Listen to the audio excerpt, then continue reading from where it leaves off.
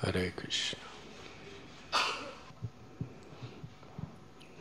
We are reading from Srimad Bhagavatam, Canto 10,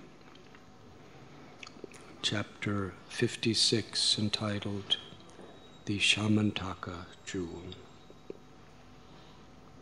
Text 25 through 27.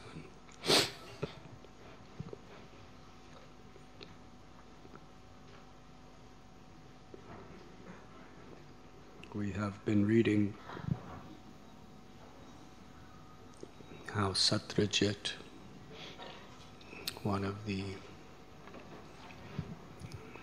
members of Yadu dynasty, worshipped Surya, the sun god, with such attention.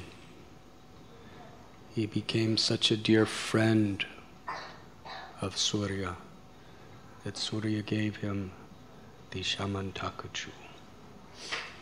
As was explained, such a precious gift that was, according to Rupa Goswami, presented to him by Srimati Radharani, which she received from Balaram, who received it from Krishna, who recovered it from Shankachuda, who got it from Kuvera. So everything has a cause and effect in this world. But ultimately, everything comes from Krishna and everything goes back to Krishna.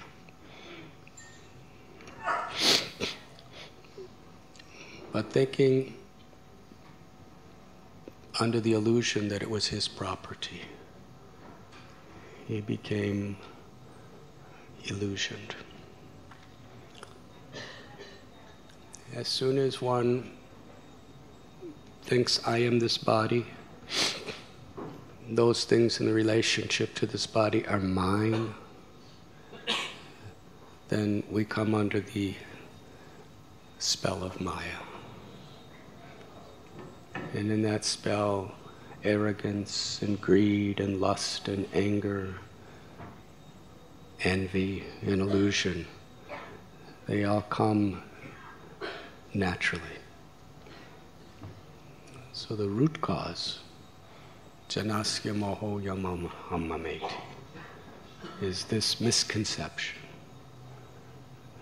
that anything is separated from Krishna. The actual truth is, I'm not this body. Jivara swarupoi krishnara nityadas.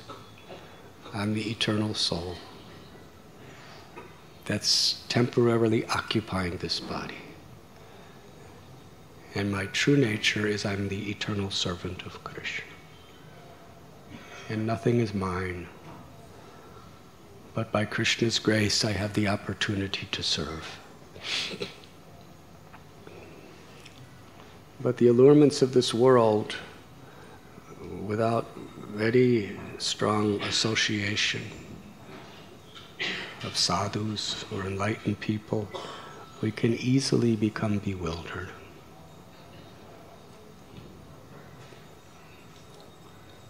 And one of the most powerful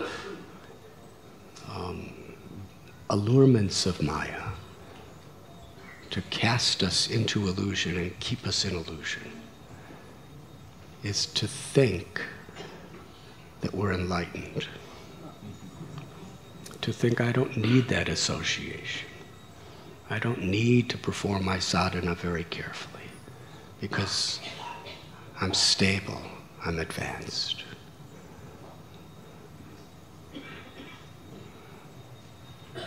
We become stable and remain stable and advanced as long as we humble ourselves to recognize the power of Maya.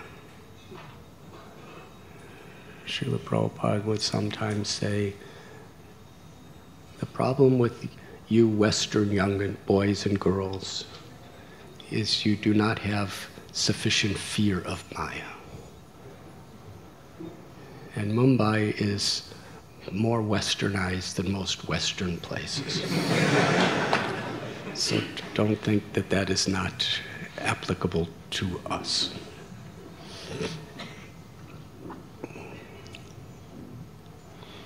But when we read Srimad Bhagavatam, we get a clue of how powerful Maya is.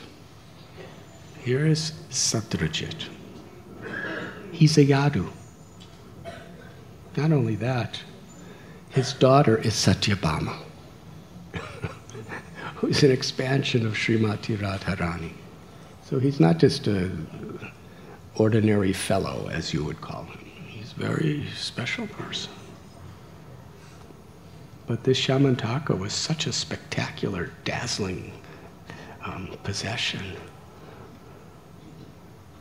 As we were describing yesterday, it was so effulgent that anyone who had it just looked so beautiful. It's like when you go down the roads in almost any city in India, there's all these hoardings or billboards displaying advertisements for jewelry shops. Yes? And you usually see these elegant jewels on some beautiful lady or handsome man. And the idea is that if you have this jewel, you're going to look like this lady. Or if you have this jewel, you're going to look like this man. Or you see on television two people, a young man and woman, or on the advertisement billboards, you know, they look so nice, they look like they love each other so much. And then it tells you that they use this toothpaste.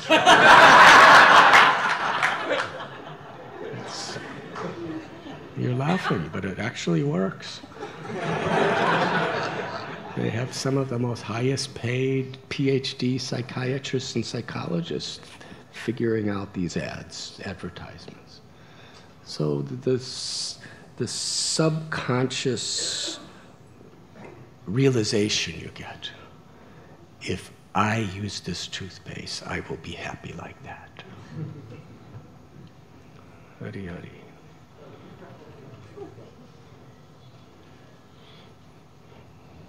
But we are transcendental to those things. to those allurements. At least we're supposed to be. But it's very powerful. So the Shamantaka jewel, whoever had it, was so beautiful and so popular and so famous. And 170 pounds of gold it produced every day if you did some puja. Some of you do puja and you want some material benefits. It's really Krishna's mercy you don't have the Shamantaka jewel. How he became bewildered. But it's interesting. The problem wasn't the Shamantaka jewel. Because Surya, the sun god, he wasn't bewildered by the Shamantaka jewel. He just gave it away. Shankachuta was bewildered by it, and even Satyajit, because they were thinking, it is mine. And that's the root. When we start thinking in terms of Janasya Mohoya Mamaham I am this body, and those things in relation to the body are mine, then lust, anger, and greed. And so much fear. Because as soon as you think something is mine, then you begin to think something is theirs, and then you start thinking people must envy me, or I have more than you. And you get so trapped in that sense of identity that you become fearful. And for good reason, because everything is going to be taken away from you.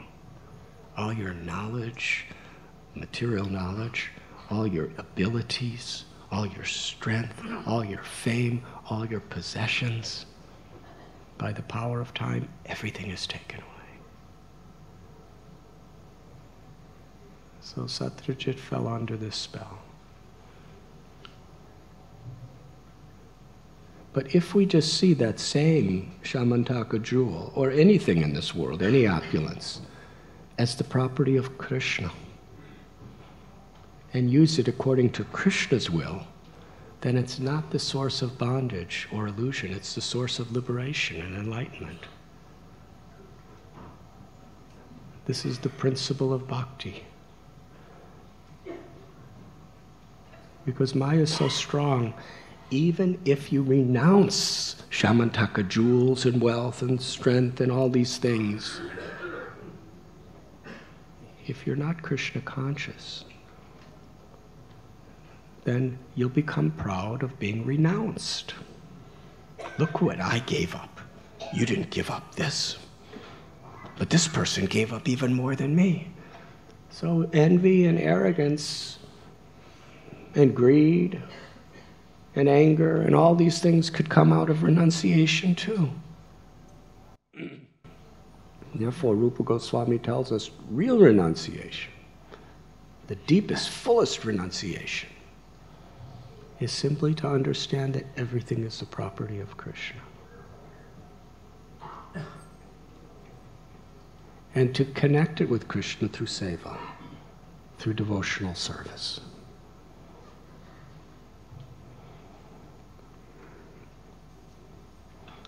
So Krishna wanted to help him.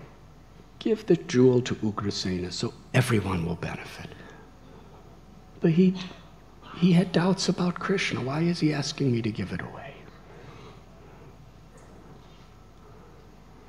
And this is why it's very important to have the associations and to hear from Srimad Bhagavatam, Bhagavad Gita, and from these scriptures in that association regularly. To study the purports of Srila Prabhupada's books very carefully. Otherwise, we could see the opportunity to serve as a threat rather than a blessing. Faith is very important.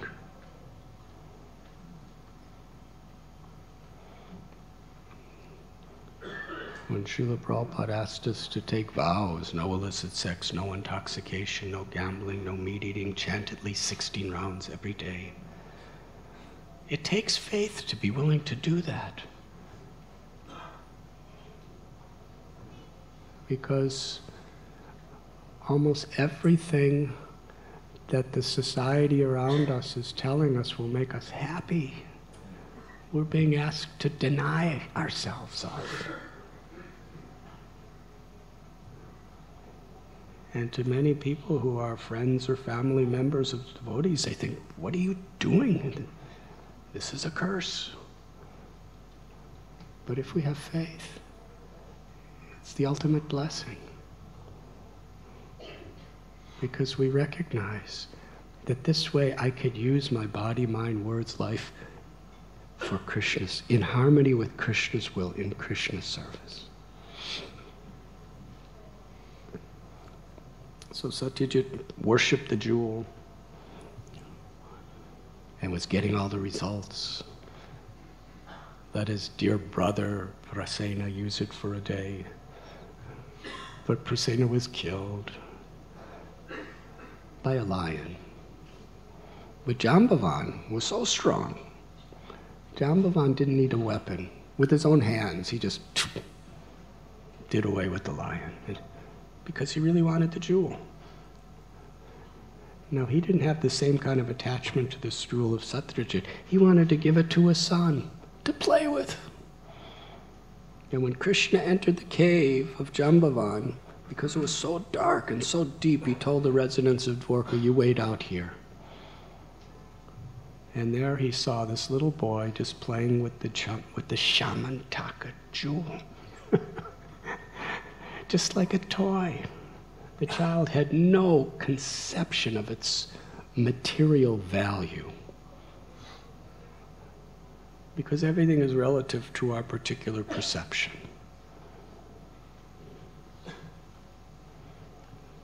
Krishna came to get it, The nurse screamed, Jambavan came out, and there was a great fight.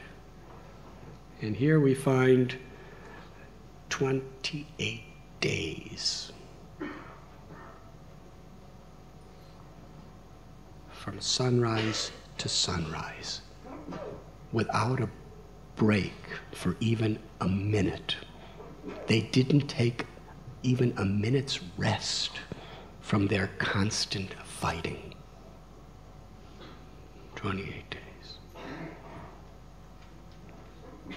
Now, Srila Prabhupada explains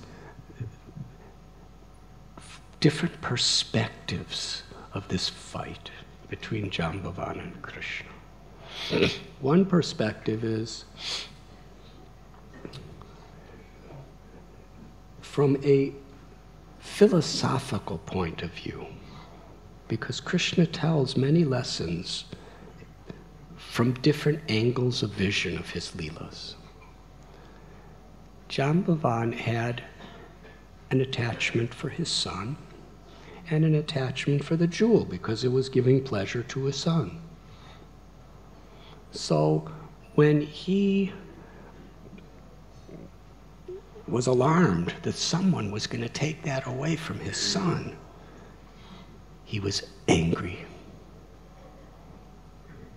As soon as we have an attachment that's disconnected from Krishna, when there's some danger or reversal, we become angry. So attachment and anger. He came to fight this person. He didn't recognize him. Because Jambavan knew that he was the strongest man on earth.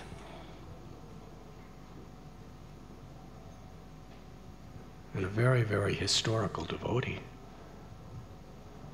He was born from the yawning of Lord Brahma. He was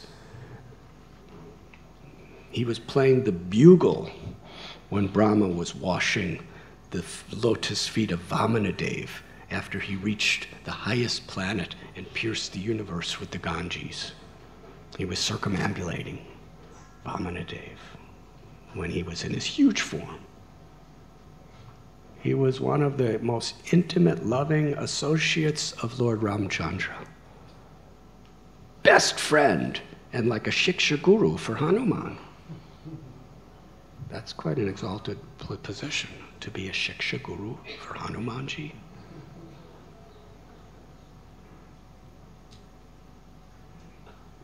So he was fighting.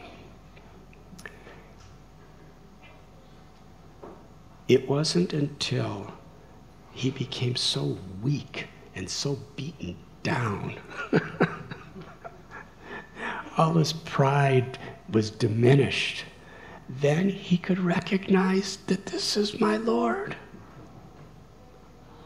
Why it took him 28 days to figure it out?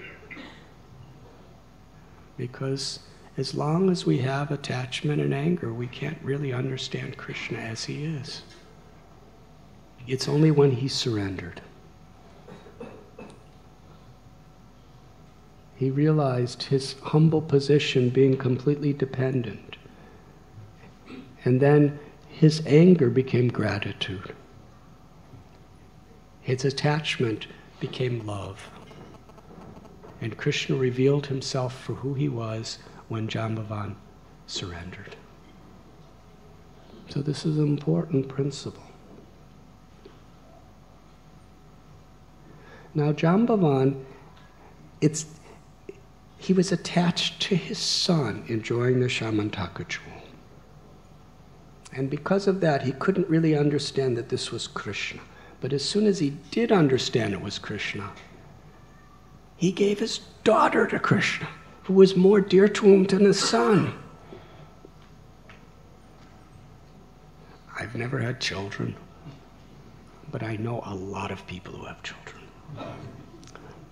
And a father to a daughter, there's a very special attachment to that. Because daughters, are usually more dependent on their fathers.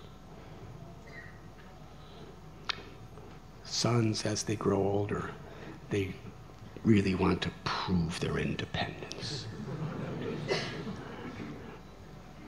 So a father, wanting to protect, in a protective mood, has a very, very deep place in the heart for a loving daughter.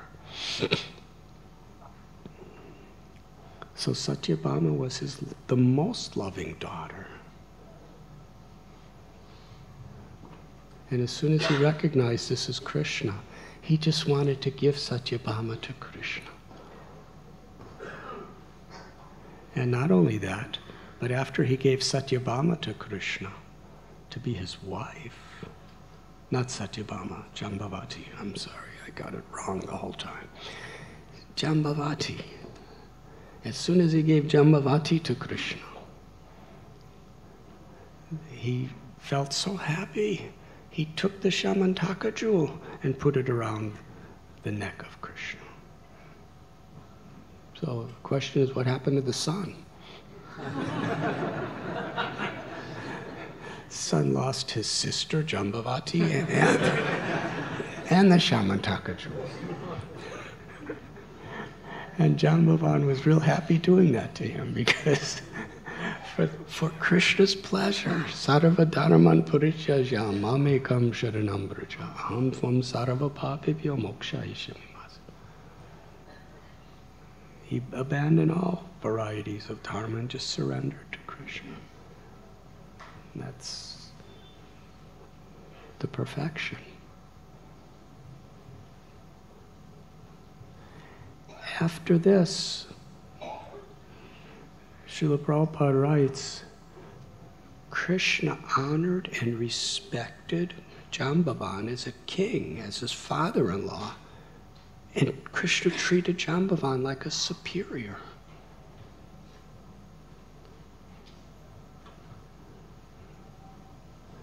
As long as Jambavan was fighting Krishna, Krishna was beating him. But Prabhupada says that after Jambavan surrendered, with the same hand that Krishna was like thunderbolts crushing the muscles of Jambavan, Krishna started massaging him with the same hand. And Krishna's hand was so soft and so soothing, and instantly Jambavan was feeling so nice.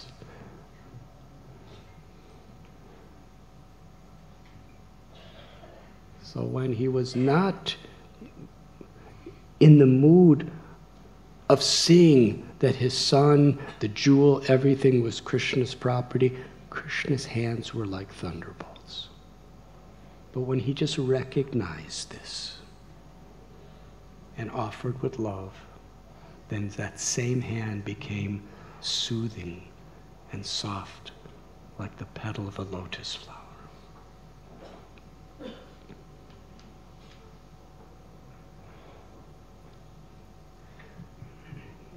Samba was the son, one of the sons of Jambavati and Krishna. What was Jambavan's exalted position? Eternally, as the father-in-law of Krishna and the grandfather of one of Krishna's most illustrious children. And getting back to Satyabhama, sorry I made the confusion. When Krishna comes back to Dwarka, everyone was so worried because Krishna was in there fighting for 28 days, and the residents of Dwarka, after 12 days, they went back. And they told everyone, we don't know what happened to Krishna. He just disappeared in this cave and never came out. Devaki, Vasudeva, Rukmini, they were so troubled by this, greatly worried, because the nature of their love for Krishna was they were seeing him more as their son or their lover than as the supreme absolute truth, the personality of Godhead. That was just the nature of their relationships. To facilitate the dynamics of devotion, of prema. So they were worshipping Chandrabhag, a form of Durga in Dwarka, for Krishna. And Srila Prabhupada explains, if we worship a deva like Katyayani for the purpose of pleasing Krishna, with Krishna in the center and service to Krishna is our only desire, then that's Krishna consciousness. It's auspicious. But when we perform that type of worship, like Satyajit, for me, without the service of Krishna in the center, then it becomes material. It's unfavorable for devotional service. So Krishna comes back, and he has the Shamantaka jewel around his neck. And he has a wonderful, beautiful wife, Jambavati. So they were very happy. And Krishna called for Satyajit and gave him the jewel back. We're going to read this in the next verses. But before we discuss that, there's another explanation Prabhupada gave of this fight. As we said yesterday, only a devotee who's empowered by Krishna in a favorable, loving way could give Krishna the maximum enjoyment in fighting. Hiranyakashipu and these people, there was some, but Jambavan was so much stronger than them. 28 days. And they were both really, really trying to defeat each other. So Krishna wanted to have this. Jambavan was a great warrior. He wanted to fulfill Jambavan's desire, and he wanted to fulfill his desire to receive the love and devotion of Jambavan through his strength. And as soon as Krishna was satisfied, he revealed himself to, because Jambavan would never fight Krishna if he knew he was Krishna.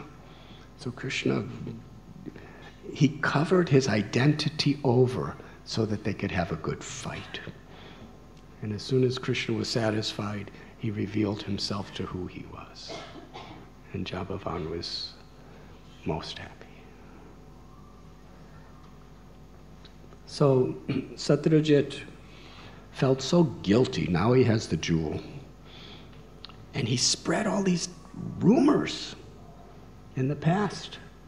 When Prasena didn't come home, he was whispering around Dwarka, and it spread like wildfire among people who were less intelligent, that Krishna killed his brother because he wanted the jewel. This is to the degree people see the world according to their own attachments. Srila Prabhupada comes to the West. There's people here in India, you can't even imagine what they were looking like when they were coming into 26 Second Avenue or Frederick Street in San Francisco, Haight-Ashbury.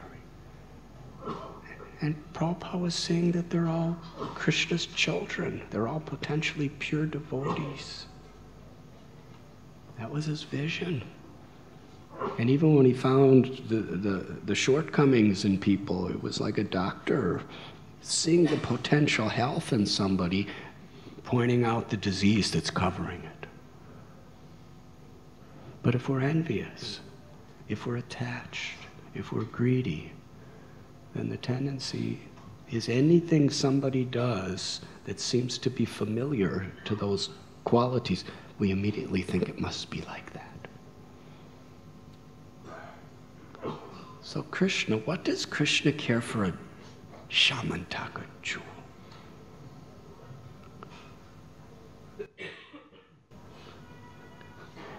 Jambavan, in his prayers, he is saying that Krishna is the creator of all creators.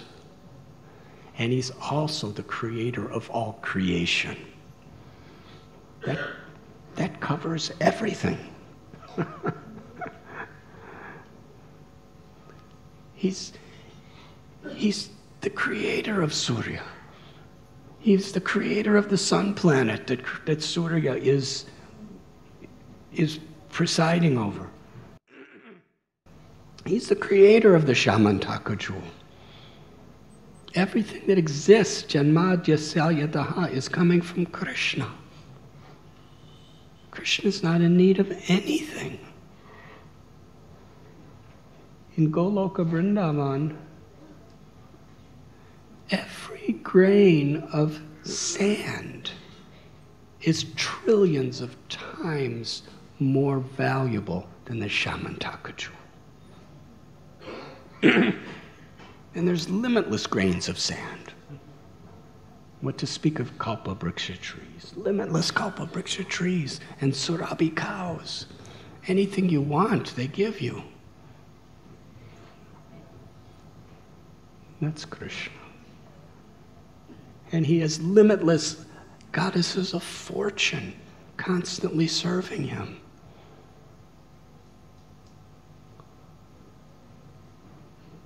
But because Satyajit was so materially attached to the conception that that Shamantaka jewel is mine to enjoy, as soon as his brother Prasena didn't come back, he imposed his own conception on the character of Krishna. Because I'm so attached to this jewel, and I'm willing to do anything to keep this jewel, Krishna must have killed my brother to get this jewel. Bhaktisiddhanta Saraswati Thakur, he gave us a very practical formula of how to deal with this tendency. He said, he said, the only reason I see faults in others is because I am honeycombed with so many faults myself. The tendency to find faults in others is a testimony that myself I am plagued with faults. If we're genuinely doing it with compassion to uplift people, that's devotional service, that's compassion. But if it's not on that platform, then finding faults in others is just the evidence that, my God, I'm so full of faults. I see envy so much because I'm envious. I see greed because I'm so greedy. No, a devotee sees all these things in conditioned souls, but to overcome those tendencies and to help others, to protect others. But materialistic people, they actually find joy in finding faults with others. It gives some gratification, gives some boost to their egos. So we have to be very careful. Because the nature of the ego, even if we're burning with envy, the ego will tell us, I'm just being compassionate. I'm just upholding Dharma. So we have to be really careful, and we have to be very sincere. Srila Prabhupada would emphasize these qualities. That we have to take this Krishna conscious seriously. That means we have to understand our vulnerability to duplicity and very carefully guard ourselves against it, because it could ruin anything. You see, the biggest problem with material attachments, especially to our own abilities, to our own intelligence, to our own wealth or fame, is it creates this fear. And we make offenses. A humble person doesn't make any apparats. He may accidentally touch you with his foot or something. But those are little apparats. But to actually try to tear people down, that's serious. And here is Satyajit. He was trying to tear Krishna down from his position. He was thinking Krishna must be like me. He's attached to the jewel. Krishna's willing to murder someone to get that jewel. That was his thinking. And he's a yadu.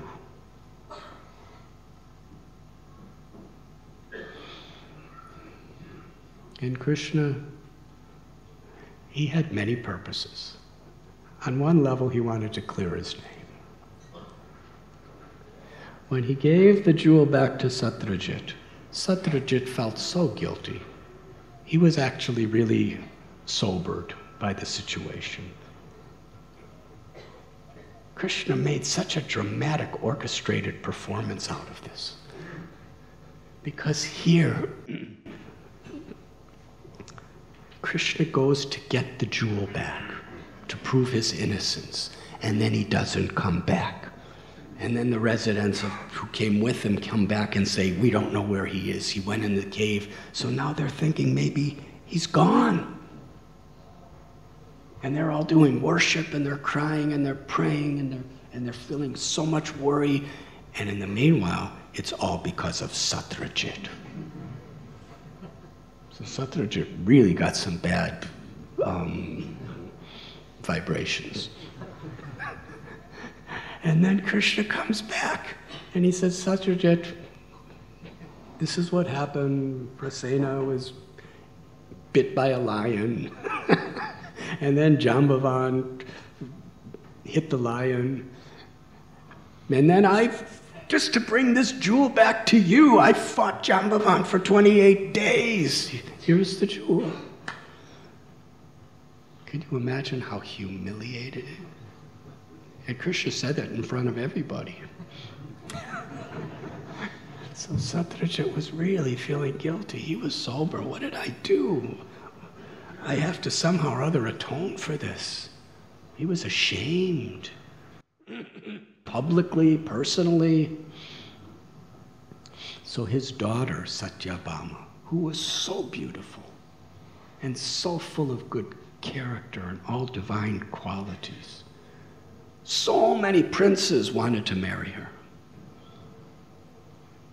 And anyone he wanted to get favors from, he would say, yes, I will consider you marry my daughter. And they would do anything for him.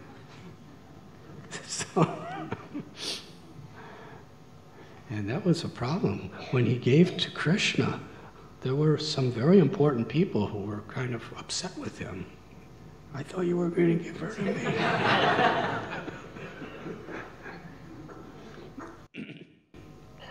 So Satyajit gives his beloved daughter Satyabhama, and then gives the jewel back to Krishna. And Krishna says, I'm happy to receive Satyabhama because she has given her heart to me, she's given her life to me, and she loves me and I love her. But you can have the jewel. After all, you have such a nice temple for the jewel.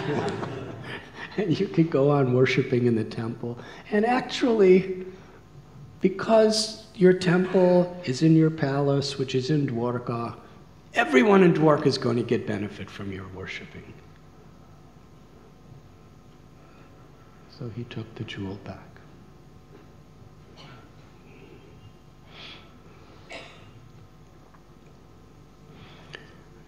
To end class, I would just like to give an insight about how Krishna took this pastime, which was such a challenge, it had such negativity, and in the end, Krishna transformed it into the most positive thing possible. Here, Prasen is killed.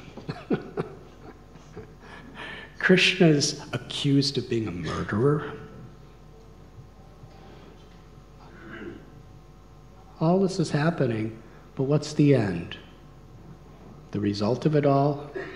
Two of Krishna's most prominent queens, Jambavati and Satyabhama, are the result of this great trauma of the Shamantaka jewel. And this is how Krishna gives us shelter.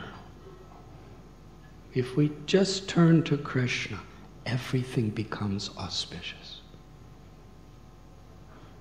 And even in the most inauspicious apparent things, Krishna makes it completely auspicious if we just turn to him.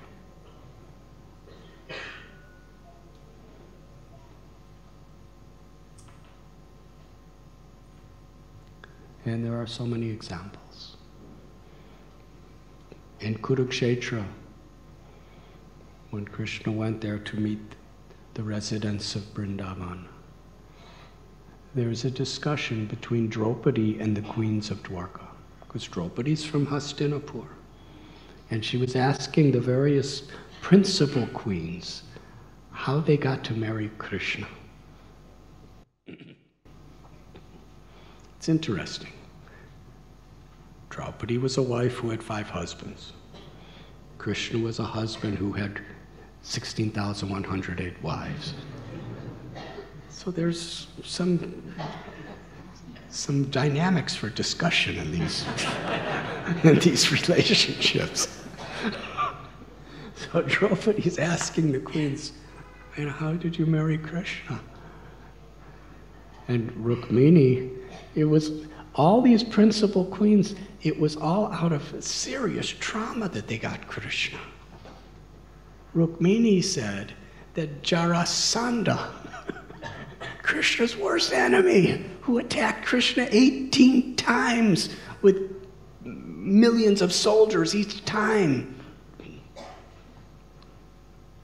Jarasandha was Kamsa's father-in-law, who wanted revenge on Krishna, and Krishna made his 2 daughters widows, the wives of Kamsa. So he was vowed, he had vowed to destroy Krishna. And he tried with all of his powers.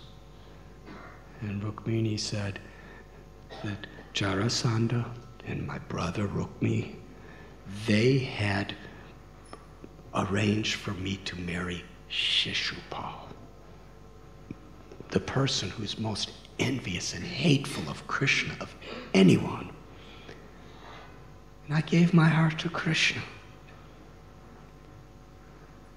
And in previous chapters we read and discussed what was Rukmini's situation. She was so desperate. It's a fate limitlessly worse than death for her to have to live the rest of her life with Shishupal. Can you imagine?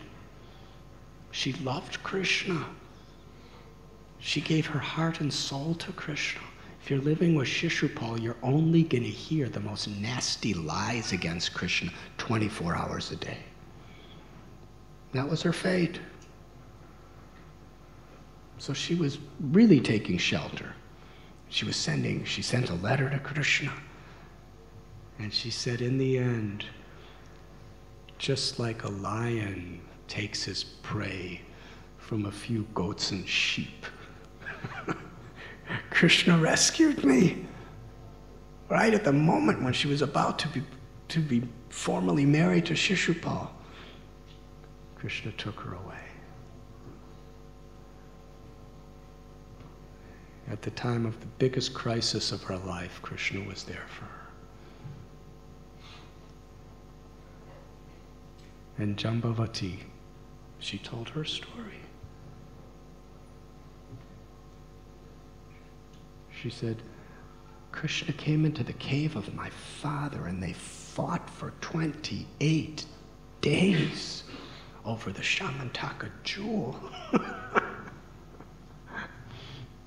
And in the end, my father recognized him as his beloved Lord Ram.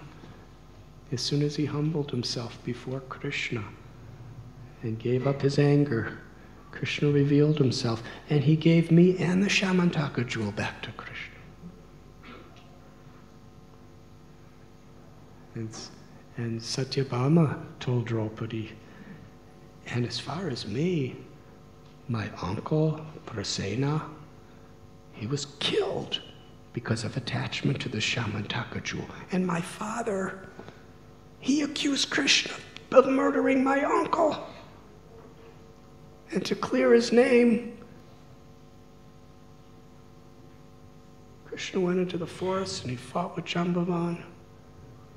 And then Satyajit gave me to Krishna.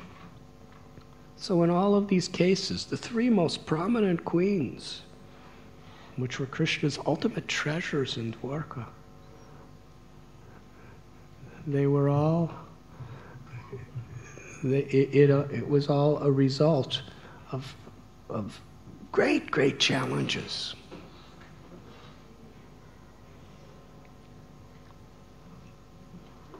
And we see in the lives of our acharyas how many challenges are there and what the result is. In the story of Narottam Das Thakur, he was a kayasta, which to certain Brahmins in Bengal at the time were considered like Shudras. And the most learned Brahmins, like Ganga Narayan Chakrabarti, were taking initiation from Narottam Das Thakur. And this was considered to be the ultimate insult to the materialistic Brahmin community, because it was really ruining their power and control over society, because they didn't have the qualities of Brahmins. They had the position by their birth as Brahmins, and certainly they were extremely learned, and many of them very pious materially. But because of their learnedness and because of their piety and because of their position by birth, they had a lot of power. And if a Sudra is initiating the best among them, that's going to disrupt everything. So they went on a massive campaign blaspheming Narottam Das Thakur. And when Narottam Das Thakur, he was blasted and blasted and blasted so much by these people. And then he appeared to have died or passed away. And his devotees were crying, and they put him in the funeral pyre over the wood, and they were about to light it on fire.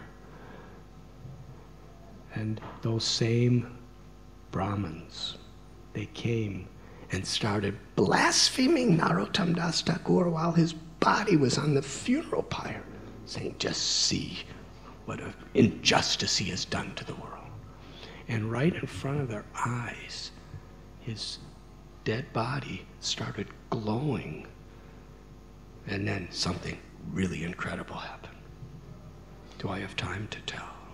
No. On his glowing body, this incredibly effulgent sacred thread appeared on his body. It was totally supernatural and transcendental. And then he smiled and sat up. And all those smarta Brahmins who were there, when they saw this, they all surrendered to Narottam Das Thakur. So he took the worst possible situation and made it into the best possible situation. And that's how Krishna works.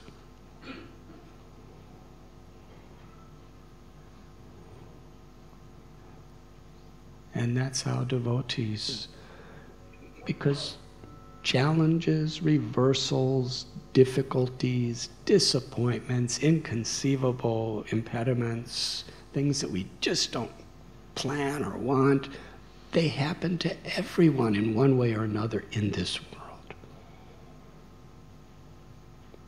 And anyone could complain, or anyone could give up, or anyone could say, Krishna, what are you doing? Maybe you're not even there. Anyone could do that. But a devotee takes shelter with faith, because we read all these stories. The best things can come from the most difficult reversals. That's Krishna's way of doing things. When he descends into this world, and that's his eternal Leela with his devotees in this world.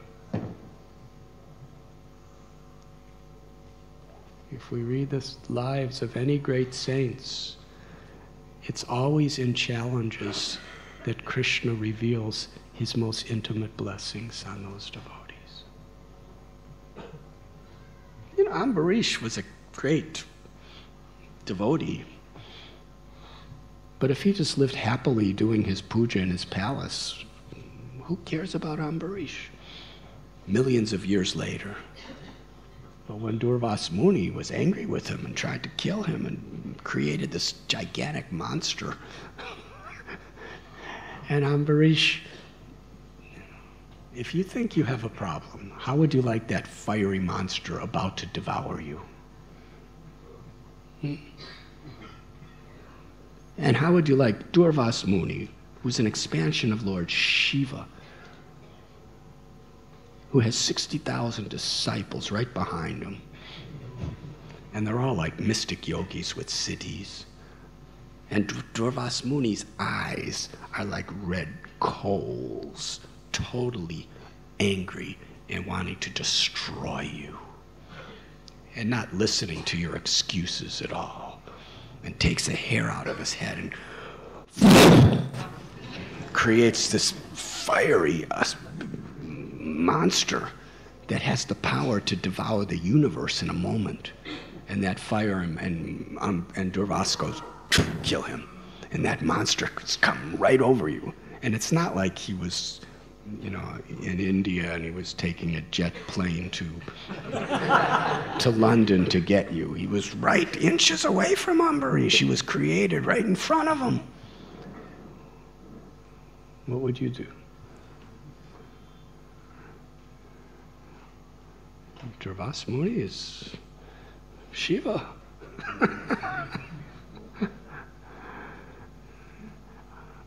That's where Ambarish was revealed to the world for his greatness. He just folded his palms. Krishna, I'm yours. And because he surrendered his heart to Krishna, immediately, within a second, Sudarshan came and rescued him from the fiery person, and then went after Durvasa. And even greater than anything, Ambarish immediately was forgiving Durvasa Muni and praying for his welfare. And even in Vrindavan, in the Bhoma Vrindavan of this world, according to Vishwanath Chakravarti Thakur and our acharyas, every day some asura came. And they were not asuras like we know. It was like Putana. and Aga and Trinavarta. These Aristasura, Keshi, these were really fearful personalities. And in every one of those situations, the Brajavasis turned to Krishna. And Krishna revealed such beautiful pastimes. So many of his names. Uddhava, when he was remembering Krishna in the most intimate way, he was thinking he made Putana his mother in the spiritual world. So don't be misled by your mind to lose your faith because things are not going your way, or because there's reversals in your life, or because there's challenges, in whatever form they come. It's through these challenges in this world that Krishna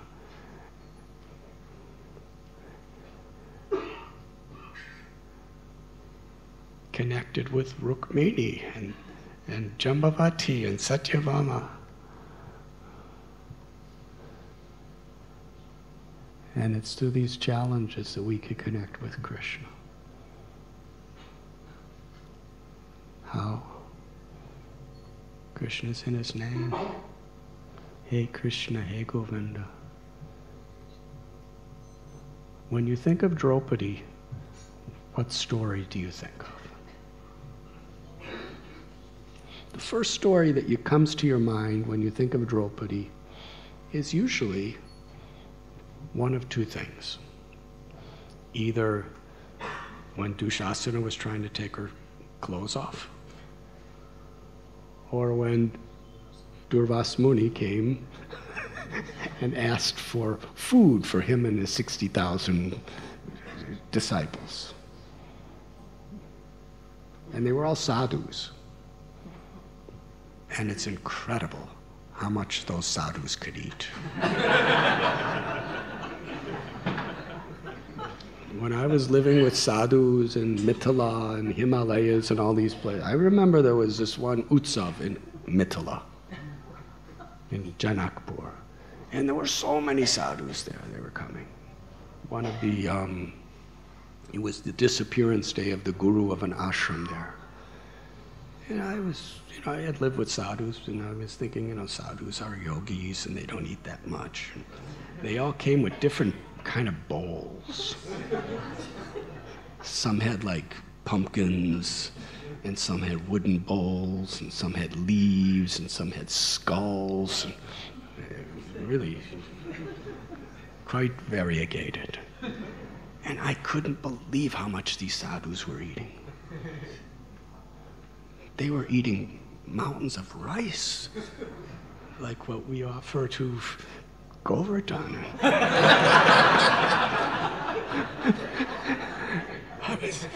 They just, the person serving rice and the sadhus, they're not supposed to look like they want a lot of things, but so they don't ask for it, but they have ways of indicating. The person puts a ladle of rice and the sadhu goes,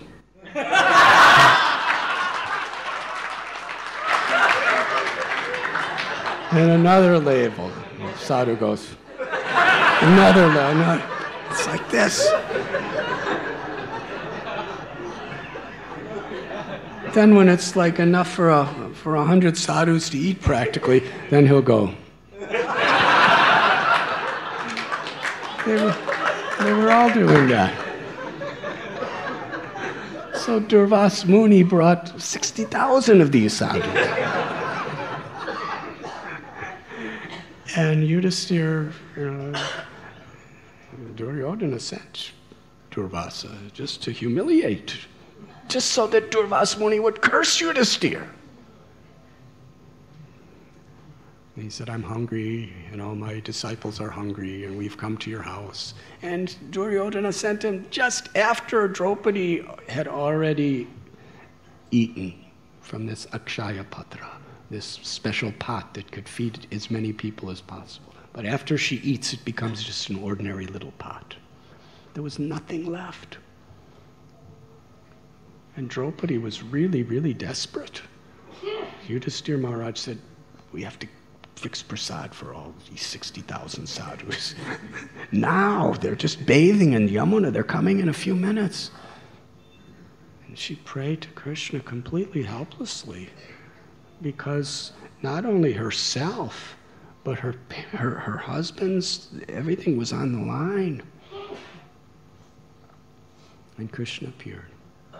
So when we think of Draupadi, we usually think of these incidences.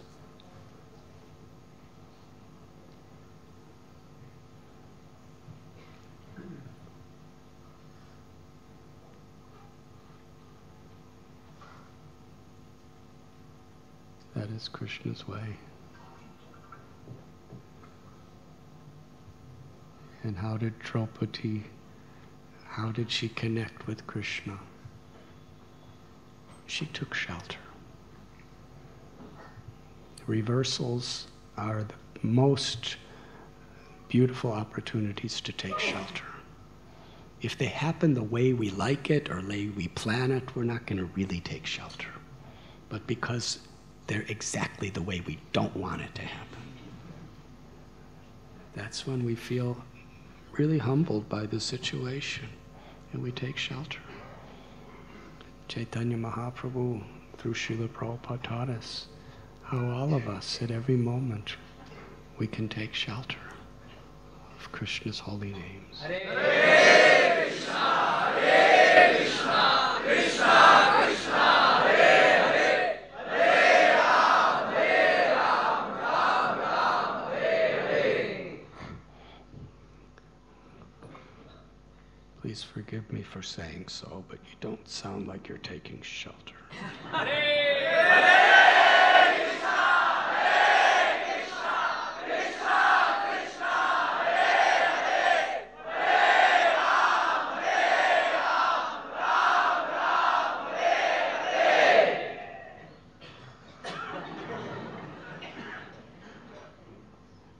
His Holiness Jayadvaita Maharaj, would you like to speak something?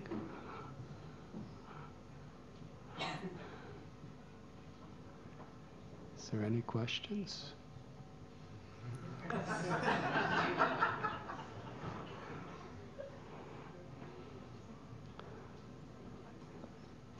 In this unpredictable world, some things and some people are predictable.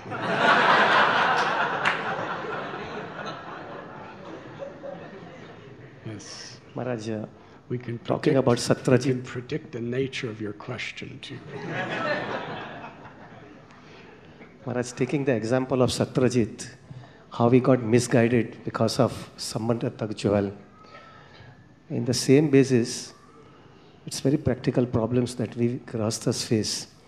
Sometimes the Grahastha gets a windfall in his business or a profession. Gets a what? Some big jackpot type of a thing or a big amount of Lakshmi, he gets it. Sometimes it happens. And most of the time, every Grahastha has an experience in their life that sometimes he has got a big chunk of Lakshmi or a big fortune, he has got it in his life. And when that fortune comes in his life, there are many times it so happens that we lose our imbalance. We become imbalanced. At that time, we don't feel it that this Lakshmi has been I have received or this fortune I have received. That is for Krishna's service. But it is exclusively for Krishna's service. It is not for myself. We forget about that. And in the name of Yukta Vairagya or in the name of many other excuses, we think that I am using it in Krishna's service, but we use it for our sense gratification. And we don't check it. We feel it that I am doing everything in Krishna's service, but we slowly and sweetly understand it, that something is going wrong in my Krishna consciousness. And if we are a little bit sincere and if we calculate it out, we see our balance sheet to be very clear. When we see it, maximum of our Lakshmi is being used for our sense gratification rather than using for Krishna's service. And then outside way we see it, we tell them, I'm using in Krishna's service. And we can give lots of convincing reply also. But in our heart, we know it that we are cheating Krishna. Now, And sometimes what happens is, Maharaj, that our bodily inconvenience is there because of our old age and everything starts. So sometimes we feel that I need some rest, I need some comforts so that my Krishna consciousness becomes smooth enough. And that basis we give an excuse. So how to go on checking ourselves that is it because of bodily needs? Is it because of so that my Krishna consciousness goes smooth? Or is it because of sense gratification? I am using that thing for myself, not for Krishna service, because it has a direct effect in our consciousness. So what should be the barometer for a devotee where he can check it out? Because I'll give you one simple example, Maharaj, that devotees, they invest in some Lakshmi. I'll give you one simple example. Those people who has invested 1 lakh rupees before 19 years back in stock market, within 19 years back, that 1 lakh rupees has become 74 lakh rupees. So the devotees, when the child has been born, they say that let me just put this small amount of Lakshmi for my child's name. And when the child is grown up at around 19 years, 18, 19 years, the amount has become 74 lakh rupees. It's a windfall. It's like the jackpot that they have got it. So it becomes completely, the mind becomes completely imbalanced. He feels it now, let me spend the way I want to spend that it. And at that time, all those philosophies goes on the back door and everything becomes sense gratification becomes in front of it. And so what is the barometer that a devotee has to check it, that it doesn't get carried away and the borderline is very clear enough that this Lakshmi is meant only for Krishna's service. And if at all the bodily needs are there, we'll use it, but it should not be at the cost of Krishna consciousness.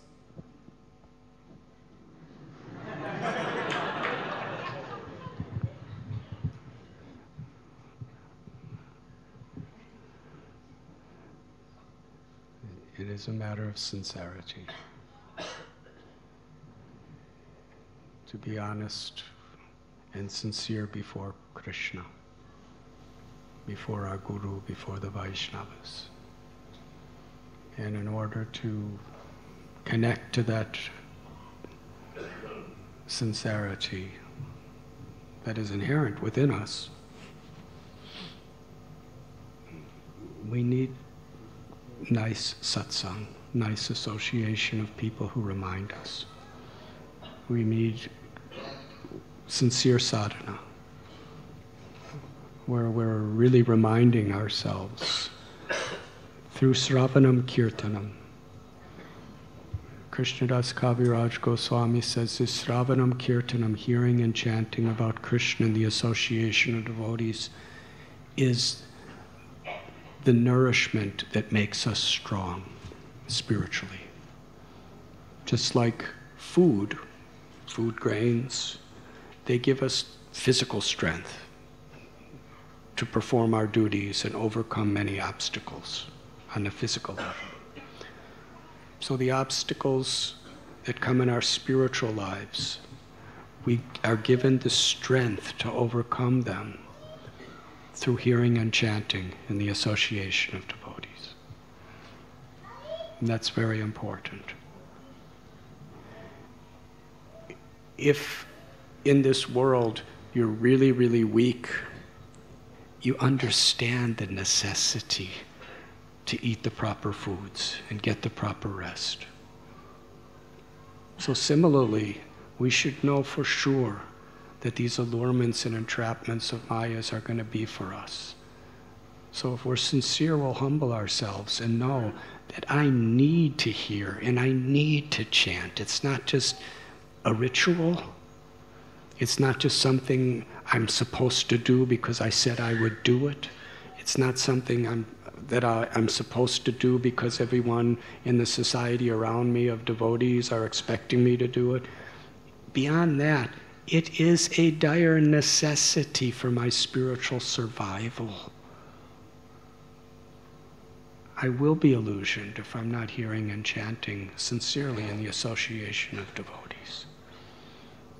And in the case you're speaking about, especially we can hear this story of Satyajit and the Shamantaka. It's the special, precise medicine for what you're talking about, this story. And along with reading this story of the Shamantaka jewel, we could also listen to the tape of Ananda Vrindavan Prabhu's question. that will have a very powerful effect, I think. Does that answer your question? Hare Krishna. Yes. Hare Krishna Maharaj. We have two situations that are in front of us here in the story where Krishna is trying to protect his name, and he goes on to really find the jewel. And on the other side, we have the story of Srivas Thakur, where he was, the Gopal was trying to blaspheme him and put things, and he actually went and said, "This is what I do. Please have a look. This is what I do." So he was not really trying to protect his name. So coming with these two scenarios, as far as our practical situation is concerned as devotees, should we really try to protect our name? And sometimes protecting the name appears to be like we are trying to really, become famous, or we were trying to not be humble in one sense. So what should we do as a practical thing? Because as leaders or as devotees, we really need to sometimes protect the names. Some people misunderstand us, and we need to really clarify that what they're thinking is wrong. So in these two situations, how does one do? Krishna is doing something, and the devotee is doing something else, apparently.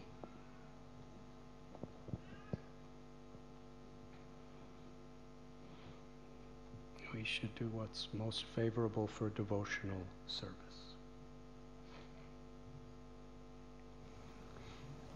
Devotees' faith in Krishna is the basis of their shelter, their spiritual survival. So Krishna did so many things according to time, place, and circumstance. When Jarasandha came to attack Krishna, he ran away. And he's Ranchor. Ranchor means one who runs away from battle. And for a Kshatriya, that's the worst dishonor, to run away from battle. But we love Krishna. We name our children Ranchor.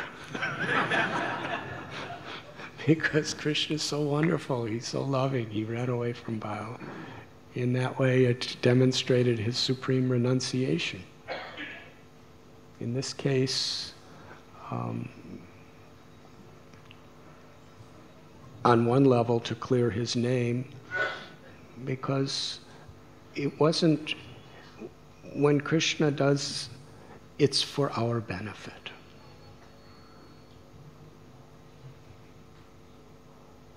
It's ultimately for our benefit. And for a devotee, especially a preacher, as His Holiness Jayadvaita Maharaj was telling us in his last class here, if people don't have faith in us, there's very little we can do to serve them.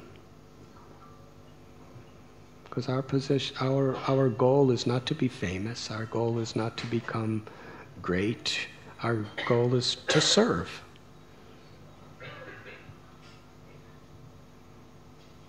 But to the degree people have faith in us, to that degree we could serve them if we're preachers.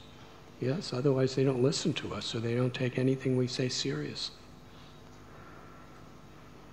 So if we're defending ourselves in that way as a service to others, Krishna sees what's in our heart, then that's an important offering of devotional service. But if we're defending ourselves for my own personal aggrandizement,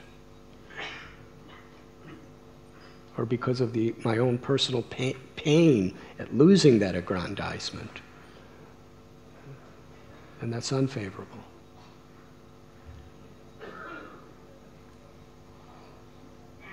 And according to time, place, and circumstance, different people do different things. Srivas Thakur was completely innocent. And there were these nasty rumors being spread around him by nasty people, and he just couldn't care less. Why? He's spending the whole night, all night with Lord Chaitanya and Lord Nityananda, Gadadhar Pandit, Haridas Thakur, Advaitacharya, Pundarik Vijayanidhi. What does he care if some Brahmins out there are saying some things? He was happy. Param drishtvani vartate. He was experiencing such a higher taste doing kirtan all night, every night with Sri Chaitanya Mahaprabhu and all these great devotees.